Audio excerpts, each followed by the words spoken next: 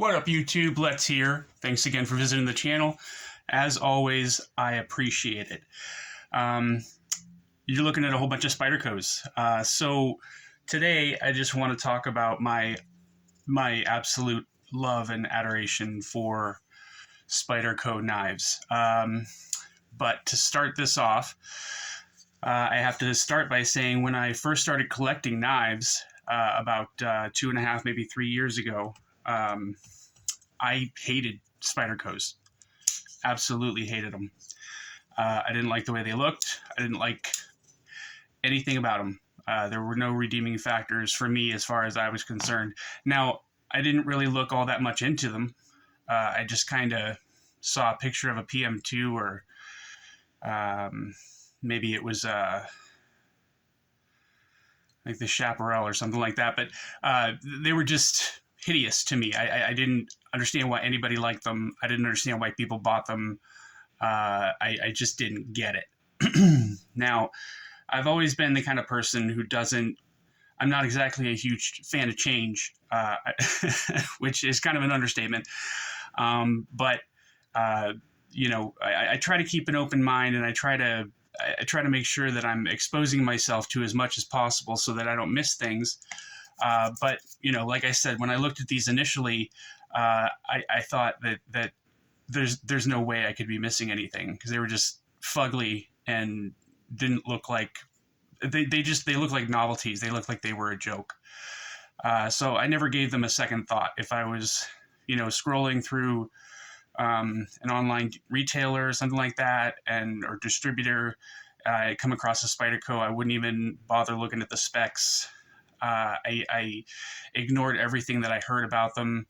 And I, you know, I would watch reviews and stuff, but I still just didn't get it.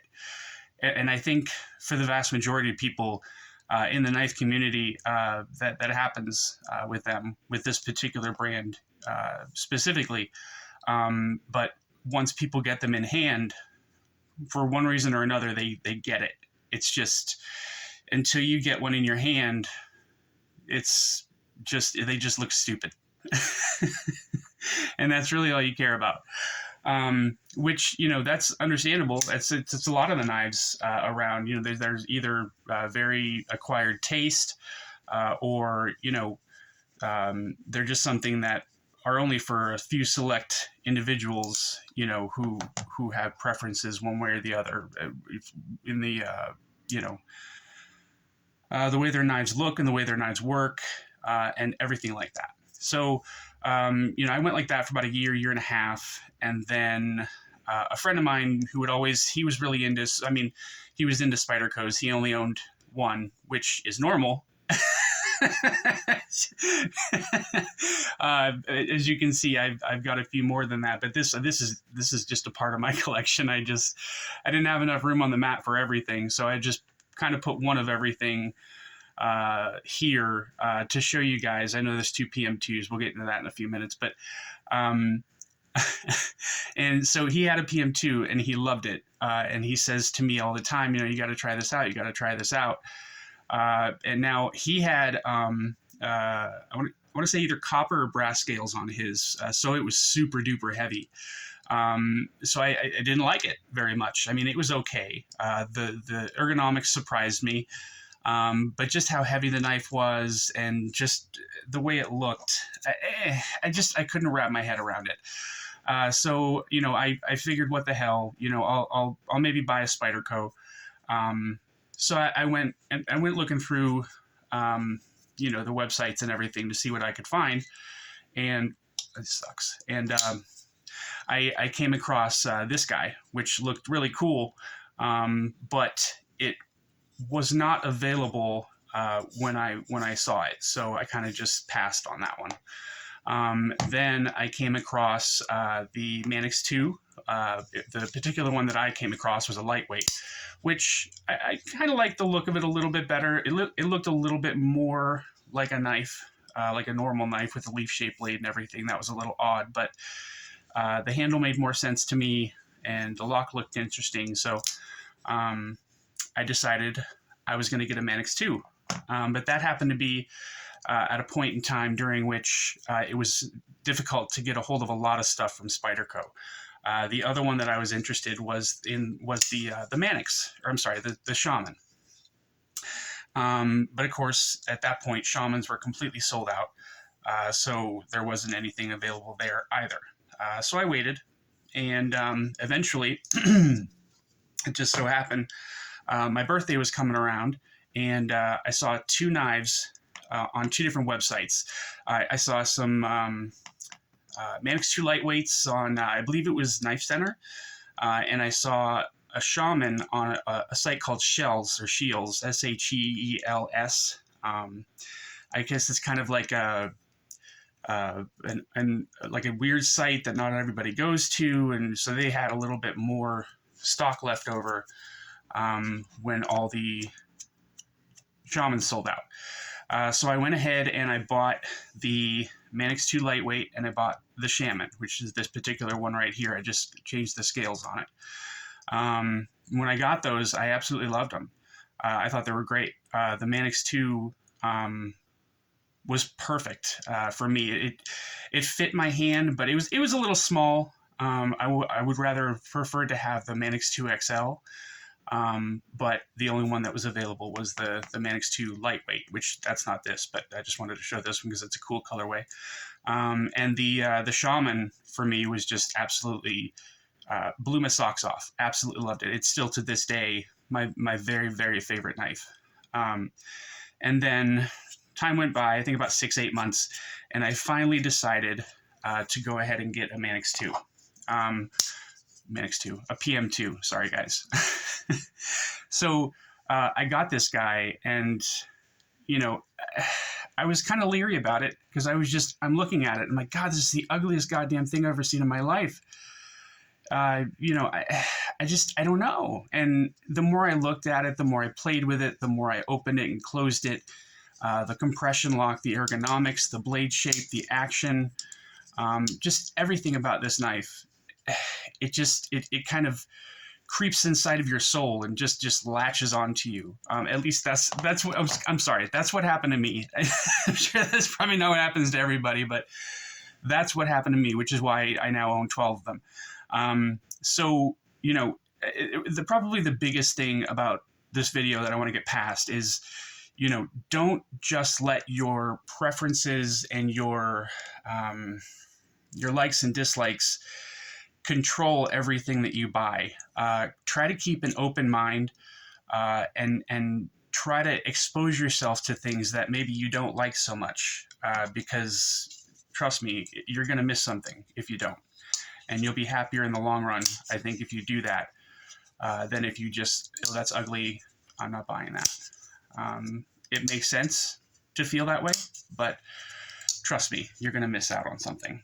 Now, one of the biggest reasons that I love SPYDERCO so much is, you know, there's the design, and there's the ergonomics, and there's the fact that you can get just ridiculous, whatever you want. I mean, there's I don't want to say hundreds, but there's at least dozens of different designs out there from SPYDERCO that are really good designs. And, you know, you've got good blade geometries, good ergonomics, good quality build.